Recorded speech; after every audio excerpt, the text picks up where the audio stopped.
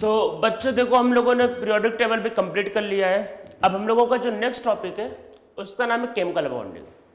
ये एग्जाम के point of view से, किसी भी एग्जाम के पॉइंट ऑफ व्यू से, चाहे वो जेईई मेन हो, सीईटी हो, जे एडवांस हो या फिर नीट हो, बहुत ज़्यादा इंपॉर्टेंट टॉपिक है। नीट जैसे एग्जाम्स में तो इससे नॉर्मली 4 से 5 क्वेश्चन हर साल आते हैं। आप देखना अभी 2020 में पेपर होने वाला है, केमिकल बॉन्डिंग से 4 to 5 क्वेश्चन आएंगे। तो केमिकल बॉन्डिंग से नीट जैसे एग्जाम में 4 to 5 क्वेश्चन, जे एडवांस जैसे एग्जाम में 3 से 4 क्वेश्चन, नीट मतलब जेईई मेन में 1 से 2 और सीईटी में 2 से 3 ऐसे क्वेश्चन आते हैं। पर नीट और जेईई एडवांस जैसे एग्जाम्स मिले तो वेरी वेरी इंपॉर्टेंट टॉपिक। और ये केमिस्ट्री का समझ लो एक तरीके से कोर है ये, क्योंकि आपको एक बार बॉन्डिंग समझ में आ जाएगा तो आप आगे इसका यूज करके फिर केमिकल रिएक्शंस को भी करवा सकते हो। देखो रिएक्शन में होता क्या है, रिएक्शन में बॉन्ड टूटते हैं, बॉन्ड बनते हैं, इसके अलावा और तो कुछ होता नहीं है। अगर आपको बॉन्ड का नॉलेज हो जाएगा कि कैसे बॉन्डिंग बनती है, कैसे बॉन्ड टूटते हैं, मतलब क्यों बॉन्ड बनता है, क्यों बॉन्ड टूटता है, अगर आपको उसकी रीजन समझ में आ जाएगा तो आप आगे रिएक्शंस को भी करवा सकते हैं, खुद से आप रिएक्शंस को करवा सकते हो। तो क्लास 10 तक क्या होता है, रिएक्शंस याद करने के लिए बोला जाता है, पर अब हम लोग 11 से रिएक्शंस को समझेंगे और फिर उनको खुद से सॉल्व करेंगे। तो हम लोग इस चैप्टर में अबाउट बॉन्डिंग पढ़ेंगे। तो सबसे पहले कि केमिकल बॉन्डिंग होते कितने टाइप के, इसको समझते हैं। तो हम लोग देखते हैं कि कितने टाइप्स के बॉन्डिंग हमको करने हैं। ये बस मैं भी आपको ओवरव्यू लिख रहा हूं कि क्या क्या हमको करना है। तो एक होता है, one is intra molecular bonding.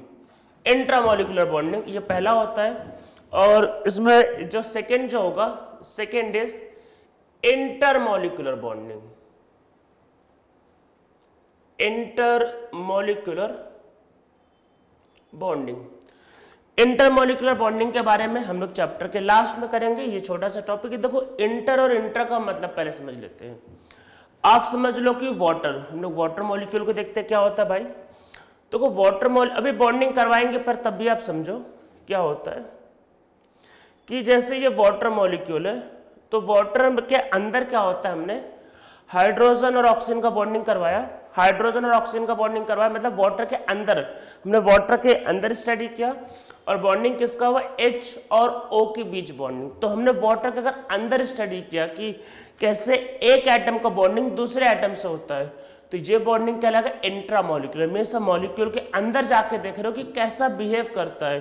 तो अगर आप एक एटम से, एक एटम मीन्स एक हाइड्रोजन एटम से एक ऑक्सीजन एटम का बॉन्डिंग अगर स्टडी करोगे तो वो कहलाएगा इंट्रामॉलिक्यूलर बॉन्डिंग। अब क्वेश्चन आता है व्हाट इज इंटरमॉलिक्यूलर बॉन्डिंग। तो देखो अगर आपके पास सपोज करते हैं, मान लो कि 18 ml, कितना 18, अगर आपके पास 18 ml वाटर है तो 18 ml वाटर का मतलब कि देखो वाटर का डेंसिटी होता है 1 ग्राम पर ml। तो आपके पास कितना वाटर है, 18 ग्राम।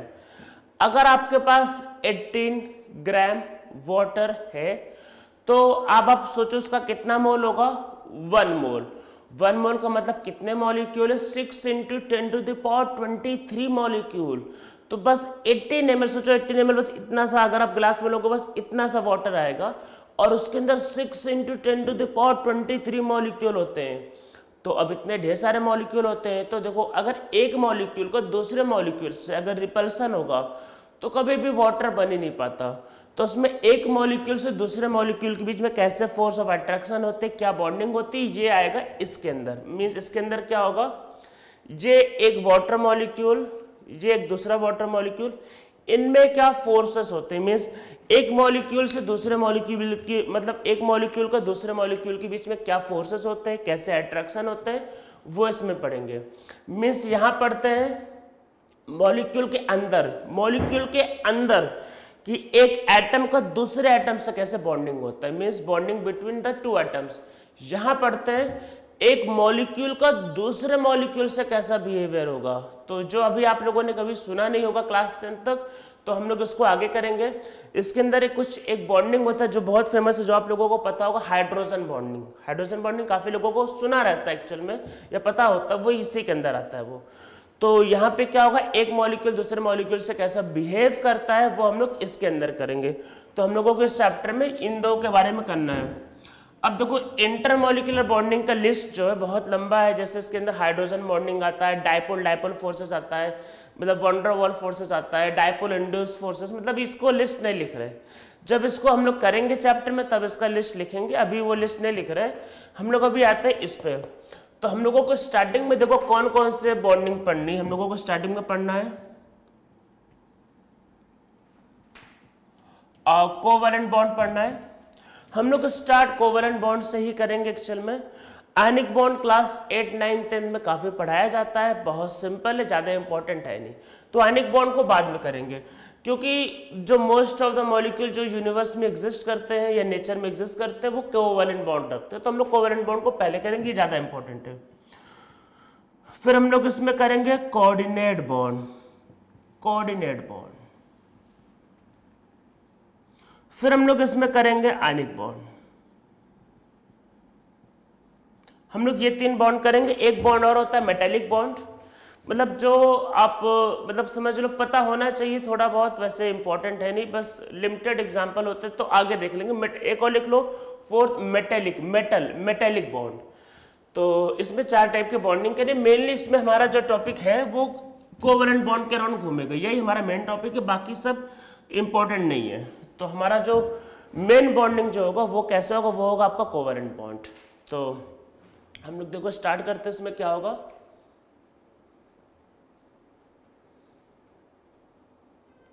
Covalent bond. तो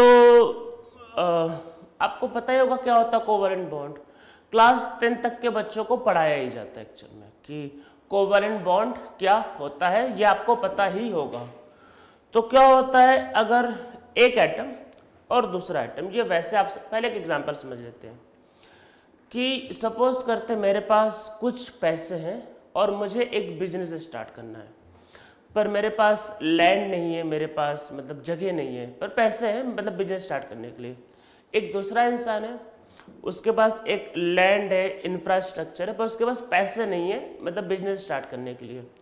दोनों ने आपस में बातें किया, मतलब म्यूचुअल एग्रीमेंट हुआ कि हाँ भाई, म्यूचुअल एग्रीमेंट मतलब कि जबरदस्ती वाला काम नहीं, आराम से प्यार से करने वाला काम है कि म्यूचुअली चलो बातें करते हैं, समझते हैं, और दोनों ने कहा कि चलो भाई मिलकर बिजनेस करते हैं, पैसा तुम्हारा, जमीन और जगह मेरी, और फिर मतलब बिजनेस करते। कोई भी बिजनेस, मान लो कि मुझे एक ग्रोसरी का शॉप ही खोलना है, जगह तो है, जगह तो है, मान लो जमीन है, जगह पर ग्रोसरी का सामान भी तो लाना भाई, वो कौन लाएगा, उसके लिए तो पैसे चाहिए। तो सेकंड पर्सन जो है वो ग्रोसरी का सामान लाएगा, और फर्स्ट पर्सन जो है सपोज करते हैं वो आपके पास लैंड और जगह प्रोवाइड करेगा। दोनों ने मिलकर बिजनेस स्टार्ट किया। अब बोला कि भाई जो भी प्रॉफिट होगा दोनों के इक्वल, मतलब उसका भी भला हो गया जिसके पास लैंड था, और जिसने पैसे लगाए उसका भी भला, तो दोनों का भला हो गया, दोनों के मतलब मजे आ गए। तो यही सेम होता है कोवैलेंट बॉन्ड में। एक के पास एक इलेक्ट्रॉन, दूसरे के पास एक इलेक्ट्रॉन, दोनों बेचारे अनस्टेबल, दोनों बेचारे मतलब परेशान है, बेचैन है बॉन्डिंग बनाने के लिए, दोनों बेचारे अनस्टेबल, दोनों बॉन्ड बनाना चाह रहे, अब क्या करें। तो दोनों ने कहा कि भाई एक इलेक्ट्रॉन मेरा, एक इलेक्ट्रॉन तेरा, म्यूचुअल एग्रीमेंट होगा, म्यूचुअल अंडरस्टैंडिंग हो, मतलब अंडरस्टैंडिंग करके क्या, जबरदस्ती वाला काम नहीं, यहाँ पे म्यूचुअली एग्रीमेंट हुआ, म्यूचुअली दोनों ने एक दूसरे से बात की, बोला कि एक इलेक्ट्रॉन तेरा, एक इलेक्ट्रॉन मेरा, बॉन्डिंग करेंगे, वो इलेक्ट्रॉन तेरी भी काम आएगा, मेरी भी काम आएगा, तू भी स्टेबल, मैं भी स्टेबल। समझ में आया? जैसे वो दुकान वाला, बिजनेस वाला बताया कि पैसा तेरा, जमीन मेरी, कमाई होगी, तुझको भी मिलेगा, मुझको भी मिलेगा, तू भी खुश, मैं भी खुश, वही सेम कॉन्सेप्ट, ठीक है। तो मतलब नॉर्मल आपका कॉन्सेप्ट। तो कोवैलेंट बॉन्ड में क्या होता है कि दो एटम अपने इलेक्ट्रॉन को म्यूचुअली शेयर करते हैं, जिससे क्या होता है, बॉन्डिंग बनता है। तो इसमें नीचे लिखो क्या होता है, bond formed by mutual sharing of electrons bond formed by mutual sharing of electron. Mutual मतलब कि भाई हंसी खुशी से, समझदारी से बॉन्डिंग हो रही है, जबरदस्ती वाला काम नहीं। तो एक ने कहा कि भाई एक इलेक्ट्रॉन मेरा, एक इलेक्ट्रॉन तेरा, आराम से बॉन्डिंग करेंगे। Bond formed by mutual sharing of electron is known as covalent bond. समझते क्या है कि भाई ए के पास एक इलेक्ट्रॉन, बी के पास एक इलेक्ट्रॉन, दोनों ने कहा कि चलो भाई दोनों मिलके बॉन्डिंग करते हैं, आराम से खुश हो जाते हैं। तो ये दोनों ने क्या किया, बॉन्डिंग कर दी। This is covalent bond. ठीक है, समझ में आया। अब इस बॉन्डिंग में देखो, डिटेल में चलने के पहले सबसे पहला क्वेश्चन ये आता है कि भाई एलिमेंट बॉन्डिंग क्यों करते हैं, क्यों एलिमेंट बॉन्डिंग करते हैं। जैसे मैंने बताया कि एक के पास एक इलेक्ट्रॉन, एक के पास एक इलेक्ट्रॉन, दोनों बेचारे अनस्टेबल है, दोनों बेचारे मतलब स्टेबल होना चाहते हैं, तो बॉन्डिंग करते हैं। जैसे चलो रियल लाइफ में समझते हैं कि रियल लाइफ में क्या होता है। अच्छा, एक आदमी मान लो, अगर मान लो कोई बिजनेस चालू करता है, तो क्या बिजनेस इसलिए चालू करता है कि मेरे सारे पैसे डूब जाए, मैं बर्बाद हो जाऊं? कि आदमी इसलिए बिजनेस चालू करता है? आदमी बिजनेस भाई क्यों चालू करता है कि मैं बहुत पैसे कमाऊं, मैं स्टेबल हो जाऊं, मतलब बहुत पैसे कमाऊं, बहुत रिच हो जाऊं, मैं बहुत स्टेबल हो जाऊं, बाकी सबको मैं बर्बाद कर दूं। यही होता है, सबको बर्बाद कर दो, बस मेरा ही हर लोग मतलब नाम ले, सबसे मैं स्टेबल, सबसे मैं रिच हो जाऊं। जैसे समझ लो जियो ने क्या किया, बोला मैं सबसे बड़ा नेटवर्क मुझे बनना है, सब बर्बाद हो जाए डजेंट मैटर, पर मुझे सबसे ज़्यादा पैसे चाहिए। तो वही समझो कि खुद को स्टेबल करना ही बिजनेस का पर्पस होता है, खुद को स्टेबल करना, खुद के पैसे कमाने। तो बॉन्डिंग का अगर आपसे कोई पर्पस पूछे क्यों हम लोग बॉन्डिंग करते हैं, तो बॉन्डिंग क्यों करते हैं, हमेशा स्टेबल होने के लिए। किस लिए स्टेबल होने के लिए? अब एक बात देखो ध्यान रखना है, जो यूनिवर्सल ट्रू है पूरे साइंस के लिए, जो कभी भी नहीं चेंज होगा, कि जो स्टेबिलिटी जो होगा वो एक्चुअल में एनर्जी के इनवर्स प्रोपोर्शनल है। मतलब ये कि अगर कोई सिस्टम मान लो, या कोई भी मान लो बॉन्ड सिस्टम, मतलब कि जो मतलब जैसे नहीं होता, जैसे टेस्ट ट्यूब में रिएक्शन करते हैं वो सिस्टम बोल देते हैं। मतलब सिस्टम मतलब जहाँ पे चीज़ें हो रही है, मतलब जो भी सिस्टम है, मान लो बोलते हैं ना कि सिस्टम को बदलना पड़ेगा, भाई जो भी सिस्टम मतलब जहाँ पे भी चीज़ें हो रही है, तो जिस भी सिस्टम में रिएक्शन हो रहा है, मतलब जहाँ पे भी रिएक्शन हो रहा है, जहाँ पे भी बॉन्डिंग हो रही है, अगर वहाँ पे एनर्जी रिलीज होगी, मतलब वहाँ पे एनर्जी रिलीज होगी, तो जैसे मान लो कि मान लेते हैं कि सपोज करो कि इसके पास 500 किलो जूल एनर्जी मान लेते हैं, और इसके पास भी 500, तो कितना एनर्जी है, 1000 किलो जूल। जब बॉन्डिंग करेंगे तो हो सकता है दोनों ने मिलकर 600 एनर्जी रिलीज कर दी, तो कितना बचा 400। अरे 500 इसका, भाई 500 इसका, 1000 हुआ था ना, 600 रिलीज करेगा तो 400 बचा। तो मतलब एनर्जी अब क्या हो गई, 1000 से हो गई 400। Less energy means more stability. तो ये बात ध्यान रखनी चाहिए, यूनिवर्सल ट्रू है कि जब भी बॉन्डिंग होगा, जब भी बॉन्ड बनेगा, एनर्जी हमेशा रिलीज होगी। क्या?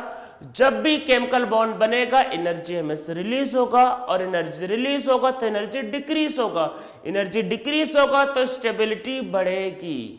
ये बात ध्यान रखना, इसमें कोई एक्सेप्शन नहीं, ये यूनिवर्सल ट्रू है। ये अगर स्टेबिलिटी बढ़ाना है तो एनर्जी को रिलीज करना है, तो जब भी बॉन्ड बनेगा भाई एनर्जी रिलीज होगी, ये बात ध्यान रखना है। और ये याद रखना है, more energy means less stability, and less energy means more stability. ठीक है, मोर एनर्जी लेस स्टेबिलिटी, जैसे more energy less stability, less energy more stability. ठीक है, उल्टे चलते हैं। जब भी बॉन्ड बनेगा तो एनर्जी रिलीज होगी। तो आपके मन में एक डाउट आ सकता है, पर सर रिएक्शन तो एक्सोथर्मिक और एंडोथर्मिक दोनों होते हैं। अरे बेटा, रिएक्शन में बॉन्ड बनते भी हैं, बॉन्ड टूटते भी हैं। बनेगा तो एनर्जी रिलीज होगा, टूटेगा तो एनर्जी देना पड़ेगा ना। अगर बॉन्ड बनता है तो एनर्जी रिलीज होता है, तो उल्टा अगर आप बॉन्ड को तोड़ोगे तो एनर्जी देना पड़ेगा। अब रिएक्शन में बॉन्ड टूटता भी है, बॉन्ड बनता भी है, तो एनर्जी देना भी पड़ता है, एनर्जी रिलीज भी होता है। तो वैसे केस में कुछ भी हो सकता है, जो हम लोग अभी नहीं, बाद में, अभी 2 चैप्टर बाद थर्मोडायनेमिक्स आएगा, उसमें स्टडी करेंगे इसके बारे में। ठीक है, तो अभी आपको क्या ध्यान रखना, इसके बारे में स्टडी करेंगे कि what is exothermic reaction, what is endothermic reaction. तो अभी आपको क्या ध्यान रखना है, क्यों बॉन्ड का फॉर्मेशन होता है, स्टेबल होने के लिए। स्टेबिलिटी का मतलब क्या होता है, less energy means more stability. अब कोवैलेंट बॉन्ड को लेके काफी साइंटिस्ट लोगों ने काफी चीजें बोला, तो हम लोग इसमें स्टार्ट करते हैं। तो देखो सबसे पहले जो बोला एक्चुअल में वो बोला लुईस ने। लुईस बोल दो, लेविस बोल दो, जो आपका मन करे। मैं लुईस बोल लो, आप लेविस बोल दो, आपकी मर्जी। तो सबसे पहले क्या था, लुईस डॉट स्ट्रक्चर। सबसे पहले थ्योरी यही था। काफी लोगों को ये थ्योरी मतलब पता ही होगा, मतलब सबको पता होगा। वैसे बहुत लोग इसको सोचते फालतू थ्योरी है। देखो अगर मेरे से पूछा जाए तो थ्योरी तो बहुत इंपॉर्टेंट नहीं है एक्चुअल में, पर ये जो चीजें बताता है कि ऐसे ऐसे स्ट्रक्चर को ड्रॉ करो, वो ड्रॉ करना बहुत इंपॉर्टेंट है, क्योंकि ये आपको हेल्प करेगा आगे के टॉपिक में भी। जैसे हम लोग आगे जाएंगे, एक टॉपिक पढ़ेंगे हाइब्रिडाइजेशन, तो उसमें हाइब्रिडाइजेशन मतलब हमको हाइब्रिडाइजेशन निकालना होगा, तो उसमें ये डॉट स्ट्रक्चर जो होगा ये बहुत हेल्प करेगा ये। तो इसको मतलब समझना मतलब काफी ज्यादा जरूरी है। थ्योरी तो जो है ठीक है, मतलब थ्योरी इतना इंपॉर्टेंट नहीं है, पर डॉट स्ट्रक्चर आपको बहुत हेल्प करेगा आगे के टॉपिक के लिए। तो इसलिए ये कैसे ड्रॉ करते हैं वो समझ में आना चाहिए। तो देखो ये वही है, ये वही है जिसने बचपन से दिमाग में गलत भर दिया होता है। क्या गलत? कि भाई बॉन्डिंग करते तो 8 इलेक्ट्रॉन चाहिए, बॉन्डिंग करते 8 इलेक्ट्रॉन 8 इलेक्ट्रॉन, फिर आप बचपन से कहते रहते ऑक्टेटोल ऑक्टेटोल। गलत रूल है, वो गलत रूल है। पर अब होता क्या है कि देखो क्लास 10 तक में बस शुरू के 20 एलिमेंट का इलेक्ट्रॉनिक कन्फिगरेशन बताया जाता है। उसके बाद का तो बताया ही नहीं जाता, क्योंकि उसके बाद में दिक्कतें होती है। और वैसे ही बॉन्डिंग बताए जाते हैं जहां पे ऑक्टेट रूल फॉलो होते हैं, जो बहुत लिमिटेड मॉलिक्यूल में होता है। मतलब इवन समझो कि नियरली 50% मॉलिक्यूल में तो होता ही नहीं एक्चुअल में। तो अब लेकिन ये रूल किसने दिया था? रूल इसने दिया था क्लास में। आपके टीचर 8 9 में ऑक्टेट रूल को इतना बता देते कि आपके दिमाग में बैठ जाता ऑक्टेट रूल, और अगर उसके बाहर कुछ आया तो समझ लो आपको लगता है गलत है। तो एक्चुअल में वो रूल ही गलत है वो, ठीक है। तो ऐसा नहीं है कि आप सोचो कि उस रूल के बाहर कुछ भी है गलत है, रूल ही गलत है एक्चुअल में। डिस्कस करेंगे। सबसे पहला थ्योरी था, सबसे पहला क्वेश्चन यही आता है कि ऑक्टेट रूल भाई क्यों दिया? मतलब ऐसा लुईस को क्या सपना आया कि क्या हुआ कि भाई ऑक्टेट रूल दे दिया? मतलब ऐसा तो था नहीं कि सो रहा था अचानक जागा ऑक्टेट रूल, अरे ऐसा तो हुआ नहीं होगा, मतलब कुछ तो सोचा होगा। तो लुईस ने क्या है, अपने आसपास सराउंडिंग को देखा। हमारे आसपास जैसे मान लो कि मैं उठा, आप उठे, मान लो हवा ऑक्सीजन ले रहे, ऑक्सीजन में भी ऑक्टेट रूल फॉलो होता है। नाइट्रोजन CO2, मतलब हवा में भी जो एलिमेंट है सब में ऑक्टेट रूल फॉलो होता है। पानी पीते हैं सुबह सुबह उठ के, वाटर में भी क्या होता है? ऑक्टेट रूल फॉलो होता है। और क्या होता है? और मान लो खाना खाते हैं, सब कार्बन के बनते हैं, कार्बोहाइड्रेट्स, प्रोटीन, अमीनो एसिड्स, तो वो सारे के सारे क्या होते हैं? कार्बन और नाइट्रोजन के बनते हैं, सब में ऑक्टेट रूल फॉलो होता है। अब वो जो खा रहा है, जो पी रहा है, जो भी एयर ले रहा है, सब ऑक्टेट रूल फॉलो करते हैं। उसने बोला ऑक्टेट रूल बोल दिया। पर अब आगे चल के बड़े मॉलिक्यूल मिले, H2SO4, H3PO4, KMNO4। अब ये सब मॉलिक्यूल तो आदमी खाता पीता है नहीं, और ये सब मॉलिक्यूल ऐसा तो है नहीं कि आपको घूम फिर रहे रोड पे चलते हुए H2SO4 दिख जाए, H2SO4 पड़ा हुआ है, ऐसा तो होता नहीं। ये सब क्या है कि मतलब स्ट्रॉन्ग मॉलिक्यूल है, तो इनको क्या होता है लैब में बनाना पड़ता है, फिर लैब में कंजर्व करना पड़ता है, तो ऐसे मॉलिक्यूल तो दिखते नहीं है। तो जब साइंस कम डेवलप था, मीन्स केमिस्ट्री, एक्चुअल में देखो साइंस तो अभी भी डेवलप नहीं है, अभी भी डेवलपिंग स्टेज में है एक्चुअल में। अभी तो समझ लो कि साइंस में कुछ डेवलपमेंट हुआ ही नहीं एक्चुअल में। अभी हम तो साइंस की फील्ड में भी हम बहुत बैकवर्ड है, मतलब बहुत ज़्यादा बैकवर्ड है, ये रियलिटी एक्चुअल में साइंस की फील्ड में। तो जब साइंस का डेवलपमेंट जब स्टार्ट हुआ था बहुत पहले, मतलब अभी बैकवर्ड है, तब समझो तब तो हम लोग अल्ट्रा बैकवर्ड थे, मतलब बहुत ज़्यादा बैकवर्ड थे उसमें। जब साइंस की मैं बात कर रहा हूँ, जब हम लोग बहुत बैकवर्ड थे साइंस में, तो लुईस ने, और उस समय भाई जो खा पी रहा है, जो मॉलिक्यूल देख रहा है, उसके हिसाब से उसको समझ में 8 क्या बोला? 8 इज मैजिक नंबर। बोला हर एलिमेंट भाई बॉन्डिंग करता है और 8 उसको चाहिए। और ये बोला ये रूल भाई हाइड्रोजन और लिथियम पे अप्लाई नहीं करना, मतलब हाइड्रोजन हीलियम लिथियम पे अप्लाई नहीं करना, बाकी कोई भी एलिमेंट बॉन्डिंग करता है तो उसको क्या चाहिए भाई? 8 इज मैजिक नंबर, उसने बोल दिया। बाकी रूल में क्या है फॉल्ट? अब बाकी मॉलिक्यूल जैसे H2SO4 है, मान लो कि इन सब में क्या होता है आगे करेंगे, अभी हम लोगों को ये रूल समझना है, ठीक है। तो लिखो इसमें, नीचे लिखो, इसमें लिखो in this only valence electron of an element is represented in the form of dot along with symbol of element, ठीक है, along with symbol of element। फिर इसमें नीचे लिखते हैं, इसमें लिखो every element try to achieve 8 electron after bond formation if total number of electron is not 8 after bond formation then molecule is unstable। तो मॉलिक्यूल क्या होता है, अनस्टेबल। तो ट्राई करता है अचीव करने का, नहीं कर पाया तो वो अनस्टेबल होगा, ठीक है। उसने बोला कि फिर नीचे लिखो 8 is magic number and when any element achieve this number it become stable. तो वो स्टेबल हो जाता है। अरे उसको रीजन तो पता नहीं था।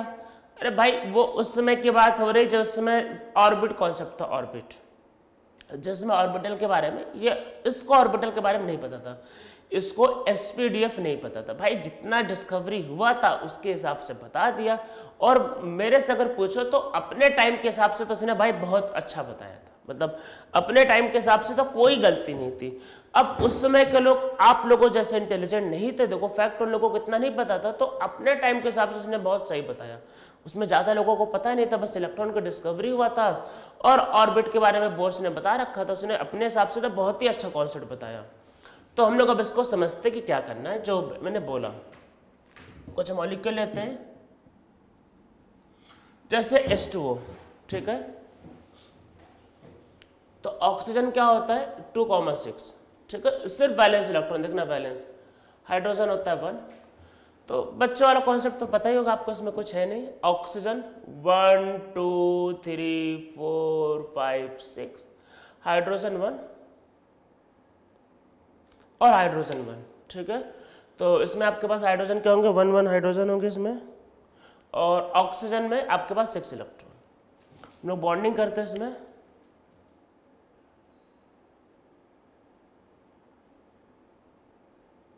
ये बॉन्डिंग होगा। बॉन्डिंग एक्चुअल में यही होगा, पर इसको और अच्छे से दिखाना चाहो तो एक लाइन करके दिखा दो, और ये इलेक्ट्रॉन, ठीक है। अब देखो समझो, ये जो 2 इलेक्ट्रॉन है ये बॉन्ड के, मतलब बॉन्ड के पार्ट है, बॉन्ड में प्रेजेंट है, तो इसको हम लोग बोलते हैं बॉन्ड पेयर। तो जो इलेक्ट्रॉन बॉन्ड के पार्ट होते हैं उनको बोलते हैं बॉन्ड पेयर। तो कितना है, 1 और 2। तो भाई कितने बॉन्ड पेयर, ये है 2। बॉन्ड पेयर भी पता होना चाहिए, इन सबको यूज पड़ेगा। मतलब आप समझ लो कि अगर मैं कुछ बताता हूं तो बाय डिफॉल्ट इंपॉर्टेंट है, मैं कुछ भी इररिलेवेंट चीजें कभी बताता नहीं, इंपॉर्टेंट है, मतलब यूज पड़ेगा आगे। ये जो है देखो, ये 1 और 2, ये जो पेयर दिख रहा है ये है लोन पेयर। तो लोन पेयर भी, लोन पेयर क्या होता है लिखवा दे, बता देता हूं मैं, ये 2। तो लोन पेयर क्या होता है, लिख लो, पेयर ऑफ इलेक्ट्रॉन, पेयर मतलब 2 का मिला के 1 पेयर होता है, pair of electron which does not take part in bond formation। Pair of electron जो बॉन्ड फॉर्मेशन में पार्टिसिपेट नहीं करते। और ये क्या है, pair of electron take part in bond formation, ठीक है। ये पेयर ऑफ इलेक्ट्रॉन है जो बॉन्ड फॉर्मेशन में इन्वॉल्व होंगे, और ये जो बॉन्ड फॉर्मेशन में इन्वॉल्व नहीं होंगे, ठीक है। ये होता है आपके पास लोन पेयर, बॉन्ड पेयर, और ये लोज डॉट स्ट्रक्चर। और समझते हैं CH4 कार्बन। अरे कार्बन भाई पता होगा, इतने इंटेलिजेंट हो ही आप लोग। 2,4, इसमें कोई डाउट तो है नहीं आपको। तो 2,4,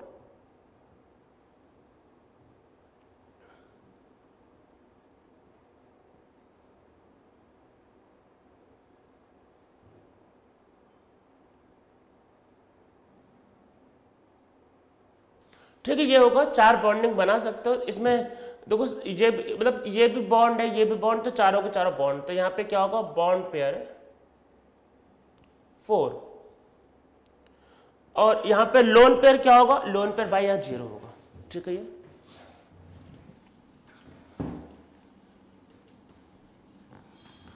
तो अभी देखो मैं आप लोगों को वैसे ही एग्जांपल करवाऊंगा जहां पे लोएस्ट डॉट स्ट्रक्चर फॉलो होगा, ठीक है, कोई एक्सेप्शन नहीं, कुछ नहीं, जहां पे फॉलो होगा। अभी हम लोग सिर्फ वही केस कर रहे हैं, ठीक है। आगे बढ़ते हैं। तो मैं ढेर सारे मॉलिक्यूल लिख दे रहा हूं, देखो मैं ढेर सारे मॉलिक्यूल लिखता हूं, आप सबका प्रैक्टिस करना, मतलब करो, और मैं अभी सबका आंसर भी बता रहा हूं, तो आप सबको ड्रॉ करो, खुद से करना।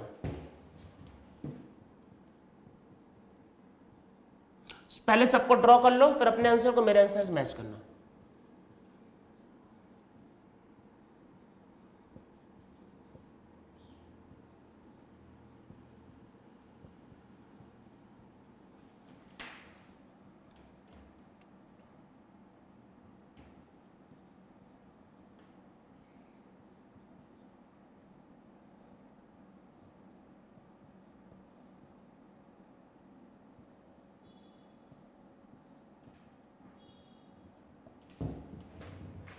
तो ये कुछ मॉलिक्यूल है, हम लोग इनको ड्रॉ करते हैं।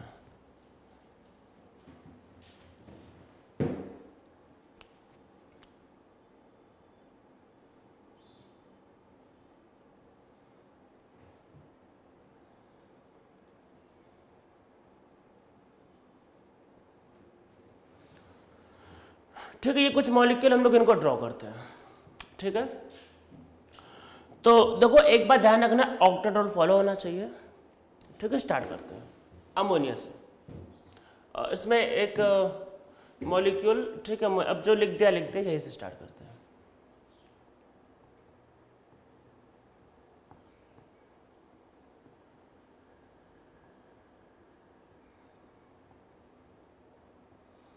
ठीक है, this is ammonia. Second ethane, ethane से करते हैं। देखो 2 कार्बन 6 हाइड्रोजन, 2 कार्बन 6 हाइड्रोजन, तो दोनों कार्बन में क्या है कि इक्वल इक्वल हाइड्रोजन बांट दो, 3-3 बांट दो।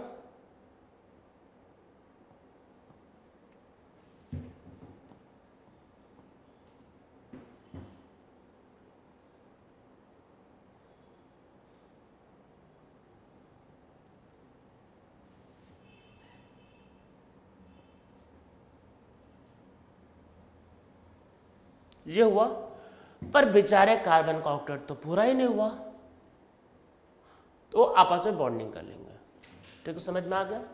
तो ये आपके पास होगा किसका, C2H6 इथेन का स्ट्रक्चर, समझ में आ गया, ठीक है। इसको लिख लो, फिर नेक्स्ट पे आते हैं। तो अब देखो C2H4, तो C2H4 में क्या होगा कि मतलब आपके पास, मतलब C2H4 में क्या होगा कि दोनों साइड 2-2 हाइड्रोजन थे, ठीक है, तो 2-2 बॉन्डिंग कर लिया, पर कार्बन में 4 इलेक्ट्रॉन होते थे भाई, वैलेंस इलेक्ट्रॉन कार्बन के कितने होते थे, 4, 2 बॉन्ड कर लिया, अभी बचा हुआ है तो 2 बॉन्ड और, डबल बॉन्ड, पता ही होगा डबल बॉन्ड।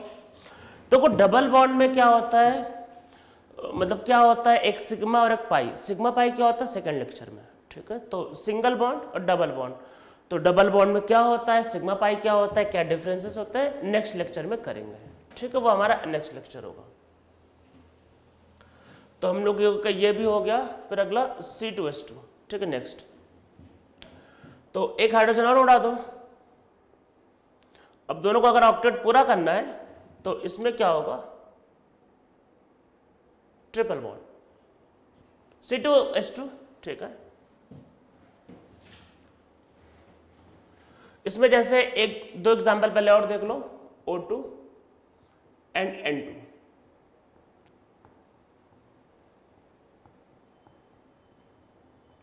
अगर एक बॉन्ड बनाओगे, ऑक्टेट नहीं पूरा हो रहा, काउंट कर लो, 1 2 3 4 5 6 7, अभी कम है तो एक और, ऑक्टेट इज कंप्लीटेड। N2 के लिए करते हैं,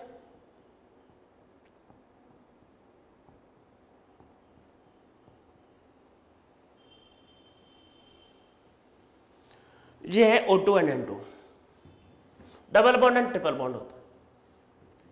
H2CO3 कार्बोनिक एसिड। देखो एक बात पहले ड्रॉ करने के पहले मैं बता देता हूं, आप हो सकता है इस गिवन फॉर्मूले के लिए कोई स्ट्रक्चर ड्रॉ कर दो, वो सही भी हो, पर होता क्या है कि एक गिवन फॉर्मूले के लिए बहुत से स्ट्रक्चर हो सकते हैं, और आगे चल के एक टॉपिक पढ़ाया जाएगा आपको आइसोमेरिज्म करके। आइसोमेरिज्म क्या होता है?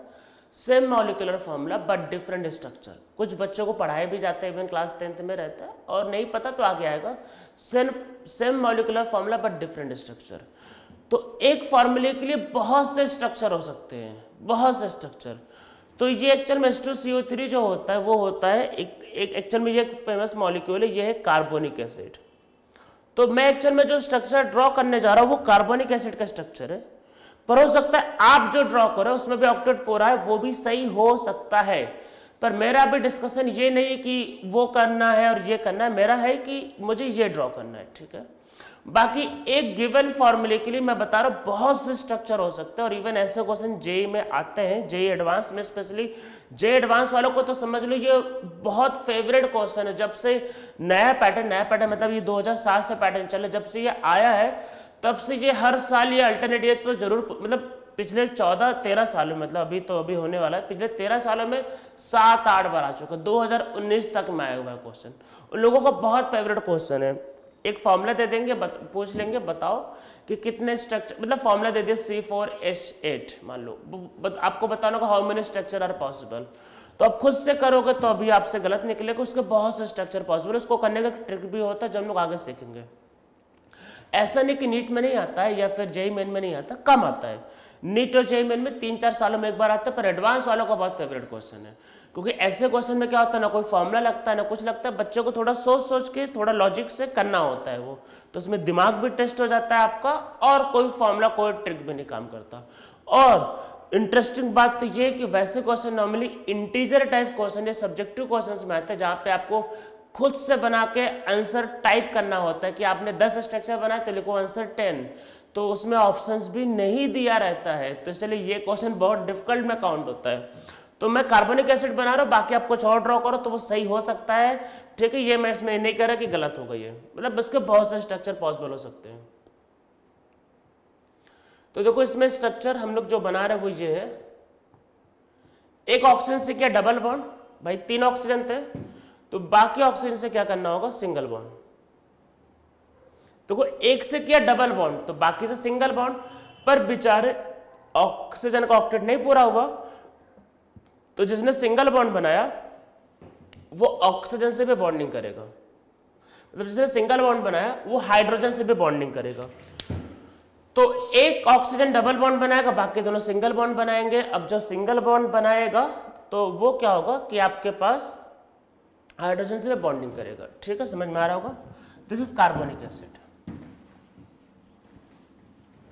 HCN, तो हम लोग देखते हैं क्या होगा।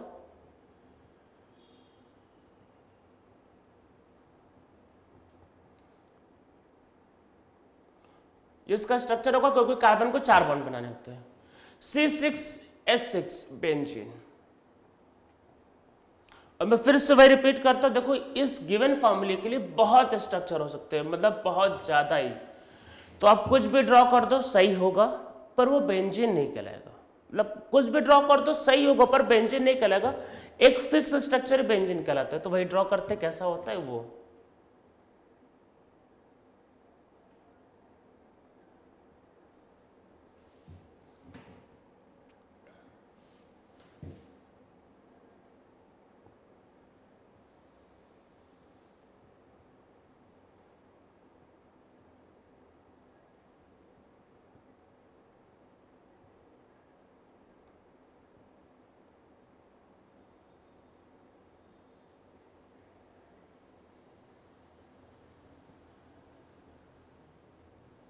कार्बन में देखो 4 इलेक्ट्रॉन होते हैं, तो 3 ही दिखाए।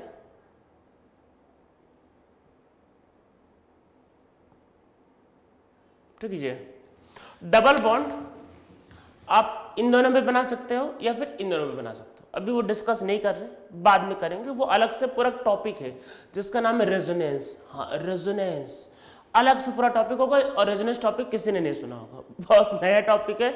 आगे करके चल के डिस्कस करेंगे कि इधर बनाने से इधर बनाने से क्या फर्क पड़ता है और कैसे क्या होता है। तो वो आप इधर भी कर दोगे, देखो सही है, मैं बस मतलब ये वाला आप इधर डबल बॉन्ड करते, ये वाला इधर करते और ये वाला इधर करते, तब भी सही था वो। बाकी क्या होता है आगे डिस्कस करेंगे, अभी नहीं, ठीक है। लास्ट वाला ग्लूकोज। अगर ग्लूकोज बोला तो एक फिक्स मॉलिक्यूल वही ड्रॉ करना, उसके अलावा बाकी चीजें सही नहीं होंगी।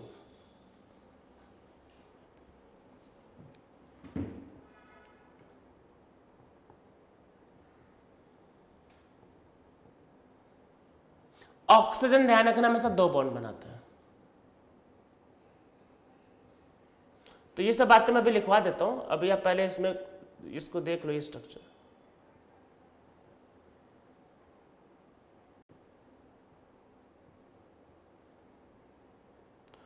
दिस इज ग्लूकोज, काउंट कर लो, C6H12O6 ग्लूकोज, ठीक है।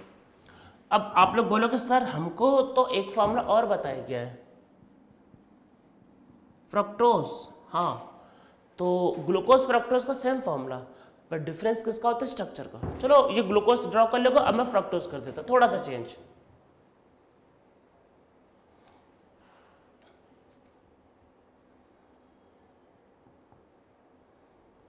यार डबल बॉन्ड और नीचे आ गया। दिस इज फ्रक्टोज, समझ में आया? देखो दोनों में डिफरेंस, ग्लूकोज में डबल बॉन्ड ऊपर था और फ्रक्टोज में नीचे। तो ऐसे मैं बताना चाह रहा हूं कि एक गिवन फॉर्मूले के कई नाम होते हैं, कई मॉलिक्यूल होते हैं। तो और आगे चल के टॉपिक क्या आएगा, same molecular formula but different structure is known as isomer. तो ये फ्रक्टोज का स्ट्रक्चर था, ठीक है। तो हम लोगों ने भाई लोएस्ट डॉट स्ट्रक्चर का कुछ बेसिक चीजें समझ ली, ठीक है। तो अब इसमें नीचे लिखते हैं, क्या है, नीचे लिखो पहले। तो देखो लोएस्ट डॉट स्ट्रक्चर शुरू के 10 एटॉमिक नंबर 10 तक बहुत ट्रू है, और मतलब ट्रू है एक्चुअली, बहुत ट्रू, मतलब ट्रू है एक्चुअल में। किसके लिए मेनली मतलब ये ट्रू है, मेनली ट्रू है कार्बन, ऑक्सीजन, नाइट्रोजन, हेलोजन्स, इनके लिए ट्रू है एक्चुअल में। क्या 10 के बाद वालों पे ट्रू नहीं है? 10 के बाद वालों में एक्चुअल में उसमें एक्सेप्शन ज़्यादा है और केस और ये मतलब ट्रू कम है। तो सिर्फ 10 के आगे वाले डिस्कस अभी नहीं करेंगे, आगे करेंगे। आगे तो आप समझ लो इनर गैस जिनॉन भी डिस्कस करेंगे, दूसरे टेंशन ना लो, आगे करेंगे, अभी समझते हैं। तो इसमें नीचे लिखो, पहले पॉइंट लिखो, Lewis dot structure is valid for element having atomic number up to 10, for element having atomic number up to 10, ठीक है। 10 तक वैलिड है ये, 10 तक में भी हाइड्रोजन, हीलियम, लिथियम पे वैलिड नहीं। तो नेक्स्ट लाइन से लिखो hydrogen comma helium and lithium follows duplet law, they does not follow octet rule, so they does not follow lowest dot structure, मतलब उसको फॉलो नहीं करते, उसके हिसाब चार्ट होना चाहिए था। कौन? हाइड्रोजन, हीलियम, लिथियम, ठीक है। अब देखो कुछ बातें याद रखनी है जो मैं आपको बता रहा हूं, ध्यान रखना। हाइड्रोजन हमेशा एक बॉन्ड बनाएगा। देखो हाइड्रोजन एक, आप लिखो hydrogen always form 1 bond only. Fluorine always form 1 bond only. अरे फ्लोरीन में 2,7 होता है, उसको एक ही इलेक्ट्रॉन चाहिए, एक इलेक्ट्रॉन चाहिए तो एक बॉन्ड बनाएगा। Fluorine always form 1 bond only. Oxygen form 2 bond only. Nitrogen form 3 bond only and carbon form 4 bond only. सिर्फ 4 बॉन्ड बनाता है, सिर्फ 4 बॉन्ड बनाता है। और जैसे ऑक्सीजन में बोला 2 बॉन्ड, तो 2 बॉन्ड डबल भी हो सकता है, मतलब 2 बॉन्ड का 2 बॉन्ड है तो 2 बॉन्ड का मतलब 2 सिंगल हो सकते हैं या फिर एक डबल हो सकता है, वो डिपेंड करेगा, ठीक है। अब कुछ ये चीजें समझ में आ गया। अब कुछ चीजें इसमें समझ लो पहले। एक चीज और, ऐसा कोई रूल नहीं कहता है कि ऑक्सीजन हमेशा 2 बॉन्ड बनाएगा। ये चीज मैं ऑक्सीजन के लिए बताने जा रहा हूं, पर किसी और पे भी ट्रू हो सकता है, समझो पहले। हम लोग जो बातें करते हैं न्यूट्रल के लिए करते हैं। न्यूट्रल के लिए मतलब देखो ऑक्सीजन को देखो 6 है, मतलब मैं सिंपल सा वाटर लेके बता रहा हूं, वाटर, सिंपल वाटर, मतलब जिससे कंफ्यूजन ही ना हो, ठीक है भाई। 2 हाइड्रोजन थे, बॉन्डिंग कर लिया H2O, तो न्यूट्रल ऑक्सीजन कितने बॉन्ड बनाता है? 2। नीचे लिख लो फिर से और अच्छे से लिखो। और ये सब चीजें पता बताने के बाद भी अच्छे इंटेलिजेंट बच्चे भी बार बार कंफ्यूज होकर आगे पूछते रहते हैं, इसलिए लिख लो कंफ्यूज आके नहीं होना, ध्यान रखना है। तो लिखो न्यूट्रल ऑक्सीजन फॉर्म 2 बॉन्ड, तो न्यूट्रल कितने बॉन्ड बनाता है? 2 बॉन्ड। अच्छा, अब मान लो H3O पॉजिटिव, भाई सुना होगा ना H3O पॉजिटिव, ऐसा तो कोई बच्चा है नहीं कि नहीं सुना होगा। ये क्या है, इसको समझते हैं। पॉजिटिव चार्ज, ठीक है, देखो हाइड्रोजन से निकाल लोगे तो हाइड्रोजन पे एक ही इलेक्ट्रॉन, तो बेचारा से ले लोगे तो वो तो बेचारा कंगाल हो जाएगा, उससे क्या लोगे यार, एक ही इलेक्ट्रॉन बेचारे से क्या लोगे, मतलब कुछ तो दया करो। किसका लेंगे? ऑक्सीजन का। 6 इलेक्ट्रॉन है, इसको त्याग करना पड़ेगा, प्लस चार्ज आ गया, तो अब 3 हाइड्रोजन, 1 2 और 3। आप लोग सर यहां तो 3 बॉन्ड है। हाँ भाई, यही तो मुझको दिखाना था कि जब ऑक्सीजन पे प्लस चार्ज आएगा तो वो 3 बॉन्ड बनाएगा, तभी उसका ऑक्टेट पूरा होगा। तो 2 बॉन्ड तब बनाता है जब वो न्यूट्रल होता है, और जब ऐसा पॉजिटिव चार्ज आएगा तो 3 बॉन्ड बनाएगा। समझ में आ रहा है ना, ये ऑक्टेट पूरा करना है, ऑक्टेट। तो कल ये मत कहना कल कोई सर ऑक्सीजन ने 3 बॉन्ड कैसे बना लिया, अरे भाई प्लस चार्ज है, एक दे दिया इलेक्ट्रॉन, तो उसकी कमी को पूरा करने के लिए एक इलेक्ट्रॉन दे दिया, तो उसकी कमी को पूरा करने के लिए एक एक्स्ट्रा बॉन्ड बनाएगा। तो कितने बॉन्ड है? 1 2 3। क्या है? H3O पॉजिटिव का स्ट्रक्चर ऐसा होता है। हाँ, तो नीचे लिख लो, लिखो व्हेन ऑक्सीजन है positive charge it form 3 bond. तो याद रखना है, जब भी किसी पे पॉजिटिव चार्ज आएगा तो अपने नंबर ऑफ बॉन्ड को बढ़ाएगा, तभी तो भाई ऑक्टेट पूरा होगा ना। ये पॉजिटिव चार्ज आए तो नंबर ऑफ बॉन्ड को बढ़ाएगा। नाइट्रोजन में भी यही सेम होगा, पर मैं बता नहीं रहा, मैं सिर्फ ऑक्सीजन को बता रहा हूँ, बाकी आप खुद से समझ लो, कॉमन सेंस से समझ लो। तो जब भी पॉजिटिव चार्ज आएगा तो नंबर ऑफ बॉन्ड भाई बढ़ाना पड़ेगा, तभी तो ऑक्टेट पूरा होगा। अब आगे एक मॉलिक्यूल और OH माइनस, सबको पता होगा, हाइड्रोक्साइड एंड बेस। अरे बेस सबको पता होगा, बच्चे को पता रहता है। ऑक्सीजन 6 इलेक्ट्रॉन, ठीक है, माइनस चार्ज है, तो कौन लेगा भाई? ऑक्सीजन बोलेगा मैं ज्यादा इलेक्ट्रोनेगेटिव हूं, मुझको चाहिए इलेक्ट्रॉन। सिंपल, ज्यादा इलेक्ट्रोनेगेटिव है, मुझको भाई चाहिए इलेक्ट्रॉन। तो इसको एक इलेक्ट्रॉन मिल गया, तो इस पर चार्ज आए माइनस। अब ऑक्सीजन पे इलेक्ट्रॉन कितने हो गए? अरे एक मिल गया ना, तो 6 होते थे, 7 होगा, 7 इलेक्ट्रॉन, तो वो एक ही बॉन्ड बनाएगा। क्या ऐसा होता है? हाँ भाई ऐसा होता है। आपने एक इलेक्ट्रॉन दे दिया, माइनस चार्ज आ गया, तो अब इलेक्ट्रॉन ज्यादा हो गए ना वो, तो उसकी नीड कम हो गई। तो याद रखना है, जब भी किसी एटम पे प्लस चार्ज आएगा तो वो फिर ज्यादा बॉन्ड बनाने लगता है, और जब भी किसी पे माइनस चार्ज आएगा तो कम बॉन्ड बनाएगा। क्यों? क्योंकि उसको अपना ऑक्टेट पूरा करना है। ठीक है, तो ये डॉट स्ट्रक्चर आपको समझ में आ गया होगा, ऑक्टेट रूल को फॉलो करके ही करना होता है।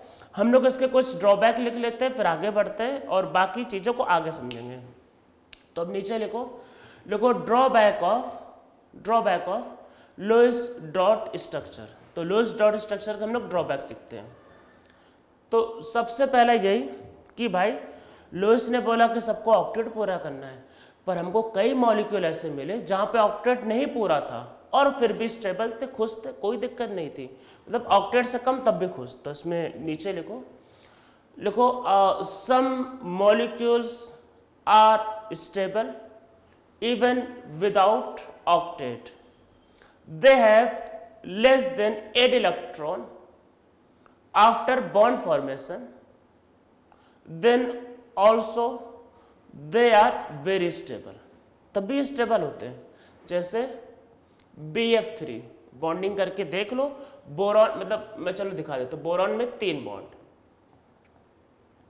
ऑक्टेट नहीं पूरा है पर फिर भी बहुत स्टेबल होता है, आराम से एग्जिस्ट करता है, कोई टेंशन नहीं। ठीक है, तो ये स्टेबल है, कोई दिक्कत नहीं है। ऐसे बहुत से मॉलिक्यूल AlCl3, तो ऐसे बहुत से मॉलिक्यूल मिले जहां पे ऑक्टेट नहीं पूरा और वो स्टेबल होते हैं। तो मतलब ये चीजें सेटिस्फाई नहीं हो पाया। अब सेकंड पॉइंट लिखते हैं। तो उसने बोला 8 के ऊपर नहीं हो सकता, और हमें बहुत से मॉलिक्यूल मिले जहां पे 8 से ज्यादा थे। ठीक है, तो उसमें नीचे लिखते हैं कि लिखो for atomic number more than 10 we found very large number of molecule having more than 8 electron after bond formation and they are very stable, और वो बहुत ज्यादा स्टेबल होते हैं। देखो वो 8 से कम वाला जो पॉइंट था वो मैंने आपके लिए लिखवाया है कि लूज डॉट स्ट्रक्चर 8 से कम, मतलब सॉरी वो जो 10 से कम वाला है, कि मैंने ये बताया है कि जिन एलिमेंट का एटॉमिक नंबर 10 से कम होता है, मतलब जिनका एटॉमिक नंबर 10 से कम होता है उस पर लोएस्ट डॉट स्ट्रक्चर फॉलो होता है और 10 से ऊपर वालों पे नॉर्मली नहीं हो पाता है। तो वो पॉइंट मैंने मतलब खुद से आपके लिए लिखवाया, वो लोएस्ट ने नहीं बताया, तो मैंने आपके लिए बताया एक्चुअल में। तो याद रखना है कि लोएस्ट डॉट स्ट्रक्चर शुरू के 10 मतलब 10 एलिमेंट पे तो बहुत सही चलता है, 10 के आगे फेल हो जाता है। तो वही कि इस पॉइंट में क्या है कि अगर एटॉमिक नंबर 10 से ज़्यादा है, अगर मैंने मतलब 8 बोला होगा गलती से तो चेंज कर लेना, वैसे मैंने 10 ही बोला था।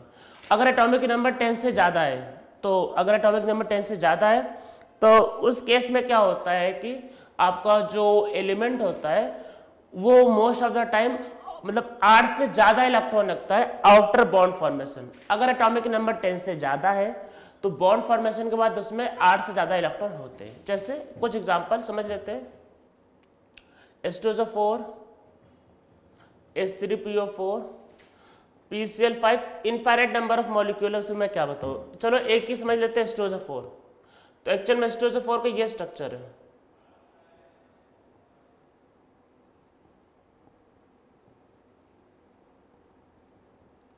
देखो ऑक्सीजन तो 2 ही बॉन्ड बनाएगा, वो तो ट्रू है, पर सल्फर में देखो 1 2 3 4 5 6 बॉन्ड मतलब 12 इलेक्ट्रॉन। अरे एक बॉन्ड में तो पता 2 इलेक्ट्रॉन, 6 बॉन्ड मतलब 12 इलेक्ट्रॉन। कैसा होता है? हाँ भाई ऐसा होता है।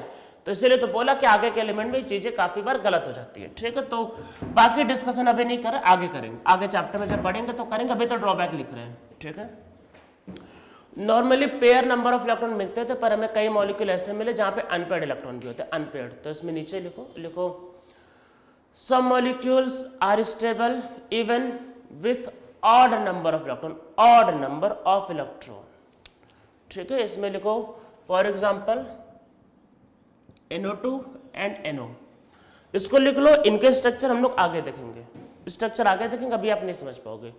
ठीक है, तो इनमें इसमें कोऑर्डिनेट बॉन्ड होता है, इसको मैं बता देता हूं, उसमें कोऑर्डिनेट बॉन्ड होता है। NO2 को आगे देखेंगे।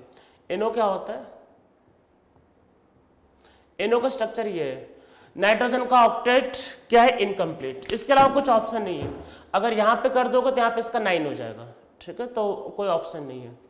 देखो सेकंड पीरियड के एलिमेंट जहां पे मतलब एटॉमिक नंबर 10 तक, सेकंड पीरियड के element, second period means lithium to neon, तो उसमें क्या होता है 8 इलेक्ट्रॉन की लिमिट होती है, लिमिट। तो वो 8 को क्रॉस कर ही नहीं सकते। मतलब समझ लो कि एक तरह से पानी का बॉटल है 1 लीटर का, 1 लीटर ज्यादा पानी आ ही नहीं सकता, बहुत सिंपल सा कॉन्सेप्ट। तो इसमें 8 से ज्यादा इलेक्ट्रॉन हो ही नहीं सकते। रीजंस आगे समझेंगे क्यों भाई। एसपीडी मतलब लुईस के टाइम पे एसपीडीएफ डिस्कवर नहीं हुआ है, आगे एसपीडीएफ को पढ़ेंगे तब वो एक्चुअली उसका रीजन एसपीडीएफ से है। वह इसके रीजन के लिए आपको सब शेल का यूज करना पड़ेगा। अभी बताया भाई लुईस के टाइम पे नहीं डिस्कवर हुआ था, तो उसके हिसाब से करते। बस याद रखना कि ऑड वाले मॉलिक्यूल हमको मिले और जो लुईस के हिसाब से एग्जिस्ट नहीं करते थे एक्चुअल में। ठीक है, तो ये आपके पास होगा लुईस डॉट स्ट्रक्चर। अब हम लोग थोड़ा सा आगे बढ़े, फिर हम लोगों ने एक नया थ्योरी इस पे आया। जब वही सब शेल डिस्कवर हो गए तो फिर एक नया थ्योरी आया, कौन सा? Valence bond theory. ठीक है, इस थ्योरी के अकॉर्डिंग मतलब देखो पुराने वाले थ्योरी में क्या बोला कि जो इलेक्ट्रॉन होता है वो पार्टिसिपेट करता है। इस थ्योरी ने बोला कि इलेक्ट्रॉन पार्टिसिपेट नहीं करता है बॉन्ड में। कौन करता है पार्टिसिपेट? आपका उसने बोला कि बॉन्ड में आपका ऑर्बिटल्स पार्टिसिपेट करते हैं। ऑर्बिटल्स, हाँ, तो इसमें नीचे लिखो according to this theory, valence bond theory. Valence bond theory actual में पहले किसका है? बहुत फेमस साइंटिस्ट पॉलिंग का। तो पॉलिंग, वही पॉलिंग जिसने इलेक्ट्रोनेगेटिविटी स्केल बनाई थी, और मैंने कुछ एलिमेंट्स का नाम लिख के दिया था इलेक्ट्रोनेगेटिविटी में, कहा था याद कर लेना।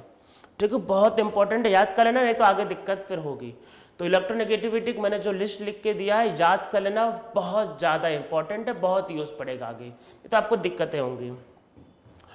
तो क्या है वैलेंस बॉन्ड थ्योरी? तो पॉलिंग ने कहा कि यार क्या इलेक्ट्रॉन के चक्कर में पड़ते हो, इलेक्ट्रॉन पार्टिसिपेट नहीं करते, हटाओ इसको। उसने बोला ऑर्बिटल्स पे, उसने बोला कि बॉन्डिंग में ऑर्बिटल्स टेक पार्ट करते हैं। ठीक है, तो इसमें वही लिख लो कि बोला कि in bond formation valence electron does not take part, in bond formation orbitals take part. कौन पार्टिसिपेट करता है? ऑर्बिटल। उसने बोला हटाओ इलेक्ट्रॉन इलेक्ट्रॉन को, क्या इनकी औकात, मतलब ऑर्बिटल्स होते हैं वो पार्टिसिपेट करते हैं, ठीक है। अब इसको हम लोग समझते हैं कि कैसे ऑर्बिटल्स टेक पार्ट करते हैं, ठीक है। तो चलो कुछ बेसिक्स एग्जाम्पल को समझते हैं भाई। स्टार्ट करेंगे उसी से, वाटर से, ठीक है। वाटर से स्टार्ट करेंगे, बेसिक मॉलिक्यूल से स्टार्ट करेंगे, ज्यादा हाई फाई पे नहीं आएंगे वाटर पे। ऑक्सीजन 1s2 2s2 2p4 ये लिख दिया मैंने, ठीक है। देखो बॉन्डिंग में क्या होता है, इसका एक इलेक्ट्रॉन इसका एक इलेक्ट्रॉन से मिलके बनता है बॉन्ड, तो वही समझते क्या होता है। देखो 2p4 पे आते हैं, 1 2 3 4, ठीक है। ये जो देखो इसको बोलते हैं पेयर, ये पेयर, अरे यही तो लोन पेयर है भाई, पेयर इलेक्ट्रॉन। ये जो ये तो ये अनपेयर्ड इलेक्ट्रॉन। तो बॉन्डिंग में क्या होता है, एक एटम का अनपेयर्ड दूसरे एटम के अनपेयर्ड से मिलकर पेयर्ड बॉन्ड पेयर बनाता है। तो अब नीचे लिखो, लिखो in bond formation unpaired electron of one atom combine with unpaired electron of other atom and form bond pair. एक का अनपेयर दूसरे का अनपेयर मिलकर बनाएगा बॉन्ड पेयर, ठीक है। तो अनपेयर वाले बॉन्ड करते हैं। ये हो गया ऑक्सीजन। अब हाइड्रोजन को करते हैं 1s1, ये S है वो P, S का स्ट्रक्चर स्पेरिकल, P का स्ट्रक्चर डम्बल, ठीक है, स्पेरिकल एंड डम्बल। अब क्वेश्चन ये आता है कि भाई चलो ये P अनपेयर्ड इलेक्ट्रॉन, भाई P में कौन सा P लेना है, कौन सा P? मैंने पहले कहा था कि Px Py और Pz की एनर्जी सेम होती है, कोई भी ले लो, पूरे फ्री हो, जो करना चाहो कर लो, अब आपकी मर्जी, क्या लेना है। चलो Px Py Pz ले सकते, हाँ भाई ले सकते, जो आपको लेना चाहो ले लो, पूरे फ्री हो, कोई टेंशन नहीं। तो क्या करना है, Py Pz, हाँ Py Pz को ड्रॉ करना है, यही करना है। तो इसका न्यूक्लियस ड्रॉ करते हैं, ये है Pz, हाँ भाई कोई भी ले लो, तीनों एक ही है, वो तो आपका इमेजिनेशन है कौन सा एक्सेस लेना है। Px Py Pz, तो हमने दो, देखो किसको ड्रॉ करेंगे, सिर्फ अनपेयर्ड को ड्रॉ करना है। देखो पेयर्ड वाले को ड्रॉ करोगे तो बहुत ज्यादा घिसपिट हो जाएगा, मतलब एक ही जगह रायता फैल जाएगा, समझ में नहीं आएगा, सिंपल लगती चीजों को सिंपल। Py को ड्रॉ करते हैं और Pz को, ये Pz ये Py, ठीक है। हाइड्रोजन में क्या होता है, हाइड्रोजन में होता है आपके पास ये ऑर्बिटल, ठीक है। तो अब ये ऑर्बिटल उस ऑर्बिटल से ओवरलैप करता है, यही होता है बॉन्डिंग में। तो क्या होता है कि इसका Py और ये हाइड्रोजन से ओवरलैप किया, ये बॉन्डिंग है, ठीक है। बॉन्डिंग देखो ये ओवरलैप ऐसे भी दिखा सकते हो, या फिर समझ लो कि इसका एक इलेक्ट्रॉन था, किसका, इसका ऑक्सीजन का, और एक इलेक्ट्रॉन, अरे Py का एक इलेक्ट्रॉन था ना भाई, और इसका भी एक इलेक्ट्रॉन था, तो इसके पास भी एक इलेक्ट्रॉन था, तो दोनों ने मिलकर ये बॉन्ड पेयर बना लिया, ठीक है। एक ये और दूसरा ऐसे भी कर लो यहां पे, तो ये आपका होता है बॉन्डिंग। अब बॉन्डिंग में क्या होगा, बॉन्डिंग में ऐसे होगा कि एक का ऑर्बिटल दूसरे का ऑर्बिटल से ओवरलैप करता है, मैं सब आपको ऑर्बिटल का ओवरलैप करना है। अब आपके पास क्या होगा, आपको इलेक्ट्रॉन से पार्टिसिपेट नहीं करना, अब आपको ऑर्बिटल को ओवरलैप करना है, ठीक है। अब आप इलेक्ट्रॉन को दिखाना चाहो दिखा सकते हो, ठीक है। तो ये पॉलिंग ने बोला कि भाई आप ऑर्बिटल्स पार्टिसिपेट करते हैं, इलेक्ट्रॉन पार्टिसिपेट नहीं करते हैं, ठीक है। तो हम लोग इसको समझते हैं कि कौन कौन से फैक्टर इस बॉन्ड फॉर्मेशन में इन्वॉल्व है, तो एक समझते हैं। चलो एक एग्जांपल लेते हैं S2। S2 सबसे सिंपल और बेस्ट एग्जांपल है समझने के लिए। ये पहला वाला हाइड्रोजन, ये दूसरा वाला हाइड्रोजन, अरे दोनों 1s होते हैं, ओवरलैप हो जाते हैं।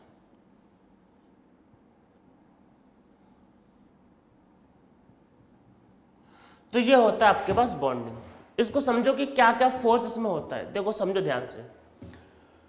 देखो बॉन्ड, अब आप देखो अगर आप लॉजिकली सोचो तो ये इलेक्ट्रॉन क्लाउड, ऑर्बिटल को बोलते हैं इलेक्ट्रॉन क्लाउड, तो एक का ऑर्बिटल इसके ऑर्बिटल को भाई रिपेल करेगा, तो कैसे ये ओवरलैप हो रहा है इसको समझते। देखो ये जो न्यूक्लियस होता है, न्यूक्लियस वो इसका ऑर्बिटल को अपने साइड खींचता है। हाँ, एक के ऑर्बिटल को न्यूक्लियस अपने साइड खींचता है, इसका जो न्यूक्लियस है वो इसके ऑर्बिटल को अपने साइड खींचेगा।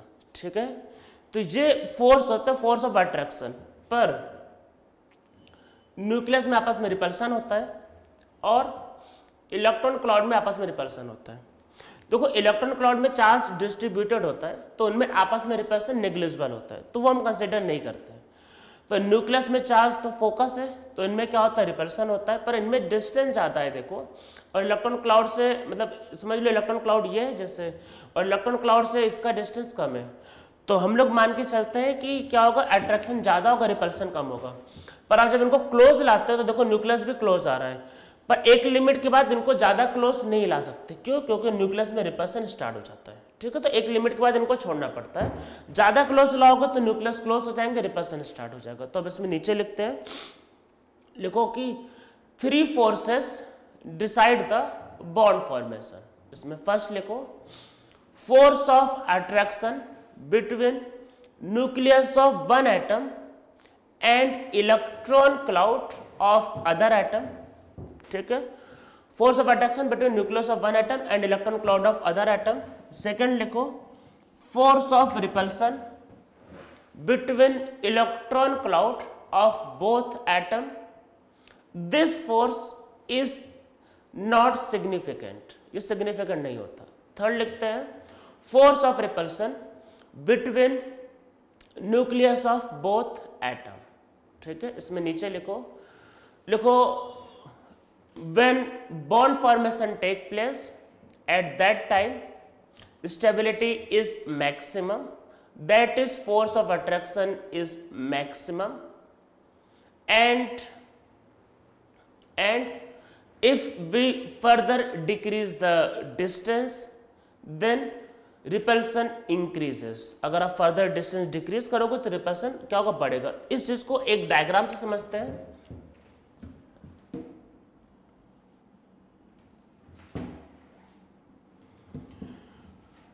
ये नीचे है, ये ओरिजिन है, नीचे है, ये इधर आपके पास है पोटेंशियल एनर्जी।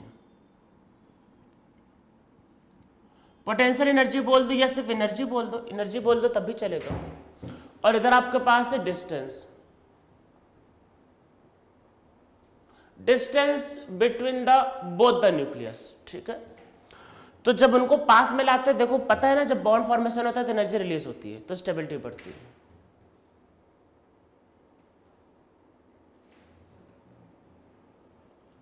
ये कुछ ऐसा होता है। तो देखो ये आर है, देखो ये पॉइंट समझो, मैं समझाता हूं। ये पॉइंट देखो, ये पॉइंट पे क्या होता है, दो एटम के बीच में डिस्टेंस बहुत ज्यादा है। ये मतलब ये आर का मतलब, ये आर मतलब सेंटर से जो डिस्टेंस है आर, ये। तो जब डिस्टेंस ज्यादा होगा, अरे पोटेंशियल एनर्जी, अरे वही कौन सा जो बोर्स मॉडल में आया था, K(Q1 Q2 by R), are ज्यादा तो डिस्टेंस ज्यादा, मीन्स डिस्टेंस ज़्यादा तो अट्रैक्शन नहीं होगा, तो दोनों थोड़े क्लोज आए तो अट्रैक्शन होना। जब क्लोज आएंगे तो स्टार्टिंग में याद रखना है कि स्टार्टिंग में अट्रैक्शन डोमिनेट करता है, स्टार्टिंग में अट्रैक्शन डोमिनेट करेगा। अट्रैक्शन बढ़ेगा तो स्टेबिलिटी बढ़ेगी तो एनर्जी कम, याद रखना, स्टेबिलिटी बढ़ेगी तो एनर्जी कम। More attraction means more stability means less energy, energy कम हो रहा है, नीचे साइड आए। ठीक है, ये थोड़े से क्लोज आ गए, ये आर यहाँ पहुंचे और क्लोज आ गए। इस पॉइंट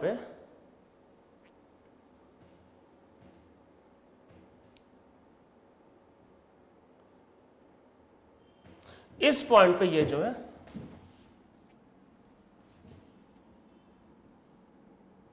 इस पॉइंट पे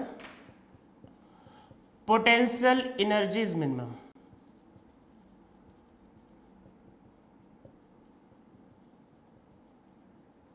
एनर्जी मिनिमम होता है, जब मिनिमम एनर्जी होगा तो स्टेबिलिटी मैक्सिमम। इससे आगे बढ़ने पे एनर्जी सडनली बढ़ाए, क्योंकि न्यूक्लियस में क्या होता है कि एक ही जगह पे ढेर सारा चार्ज होता है। तो जब और क्लोज लाओगे तो न्यूक्लियस में, इसके आगे जाने पे क्या होगा, न्यूक्लियस में रिपल्सन बढ़ेगा, न्यूक्लियस में रिपल्सन बढ़ेगा तो एनर्जी बढ़ेगी। और आपको पता है जब दो न्यूक्लियस को कंबाइन करते हैं उसके लिए एनर्जी आपको लैक्स में चाहिए। न्यूक्लियर फ्यूजन जो होता है, न्यूक्लियर फ्यूजन के लिए नॉर्मली 20 लाख डिग्री टेम्परेचर चाहिए होता है, मतलब न्यूक्लियर फ्यूजन बहुत हाई टेम्परेचर पे होता है, तो उसके आगे नहीं हो पाता, मतलब उसके आगे जब पाओगे तो एनर्जी बहुत बढ़ेगी। तो यहाँ पे क्या होता है एनर्जी मिनिमम, तो ये है, ये आपका होता है, ये होता है स्टेट ऑफ बॉन्ड फॉर्मेशन। तो ये क्या है, स्टेट ऑफ बॉन्ड फॉर्मेशन, तो यहाँ पे आके बॉन्ड बनता है। ठीक है, समझ में आपको आ गया होगा, ये होता है वैलेंस बॉन्ड थ्योरी। और हम लोग इसके बारे में कंटिन्यू करेंगे नेक्स्ट लेक्चर में कि क्या होता है। बस ये नीचे वाला पॉइंट ध्यान रखना है, ये आपका यहाँ पे स्टेबिलिटी ज़्यादा होती है तो एनर्जी कम होती है, यही होता है स्टेट ऑफ बॉन्ड फॉर्मेशन। इससे अगर आप आगे बढ़ोगे तो स्टेबिलिटी क्या होगा, कम होने लगेगा और अनस्टेबल हो जाएगा मॉलिक्यूल।